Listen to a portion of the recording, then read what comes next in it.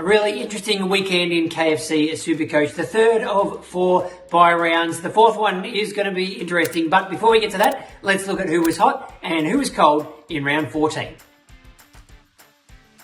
Every week I try to find some different players to put in these videos, but sometimes you just can't ignore the best when they're absolutely flying. And Marcus Bontempelli was just epic against North Melbourne in the final game of the round, putting up the highest KFC SuperCoach score for round 14, 169 points, 32 disposals, 11 tackles, drifted forward and kicked 3 goals, including an absolute blinder in the last quarter to make sure the doggies got home in what was a bit of a tight game for a little while there before they kicked away at the end. So he's clearly the number one scorer in the game this year. Bont, he'll have a rest this week with the bye, so a few players might catch up a little bit, but I don't think they're going to get that close to him really. He's just in sublime form. I think clearly the number one player in the game right now, and I just hope everyone's got him in KFC SuperCoach. Lachie Neale has been one of the most popular trade targets of those top-line premiums over the last couple of weeks. After Brisbane came off their bye, he was at a pretty discounted price, and a lot of people jumped on, and this is why, because we know what he can do. 144 KFC SuperCoach points against the Swans, 29 disposals, not absolutely massive,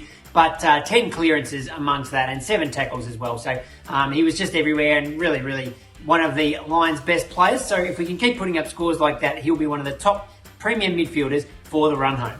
I put the hard word last week on my friend the Phantom to rev up his man Tom Green after a few quiet weeks, and he must have got on the phone to the Giants because Tom was fantastic in their big win against Fremantle.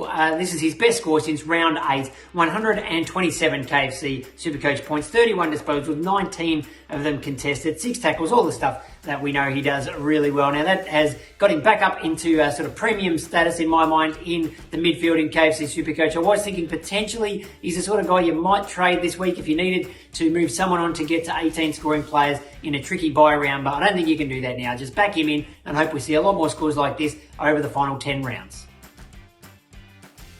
Last week I was singing Nat Fyfe's praises after he scored in the 90s against Richmond at an absolute bargain price, and I was telling everyone to trade him in. Unfortunately, not so great this week, just the 47 points. His stats actually weren't that different, 15 disposals and a goal, and he took a really nice hanger as well, but gave away 3 free kicks. Obviously the game did not go Freo's way at all. There were some really crucial touches when it was close against the Tigers. That definitely wasn't the case this time around. I think it just emphasises, look, he's still very cheap, under $300,000, so you can't really complain. It just means we want to use him through the byes and then hopefully push him to the bench. You don't want to be relying on him scoring for you in your best 22 every week because it's going to be really up and down, and we're going to cop some scores like this.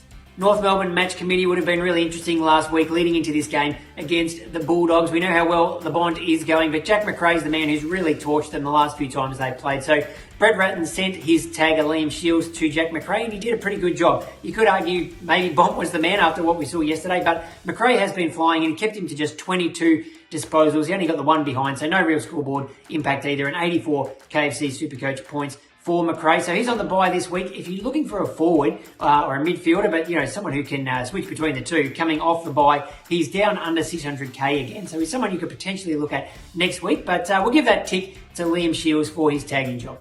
It's really hard to watch Jack STEELE at the moment, the way he's going. A shadow of the player we know he can be. He must be carrying some kind of injury. Just the 52 points against Richmond on Saturday night in conditions that should have suited him down to the ground. Only had 5 kicks for the game. Had a few handballs and some tackles, not too many. I mean, just we know how good Jack STEELE is. I've loved having him in my team. I love him as a player, and he's just nowhere near that at the moment. He's lost a heap of money. I don't think you can trade him if you've got him. You just have to ride it out and hope he turns the corner, maybe loophole him with a Fyfe or somebody off the bench to get a decent score.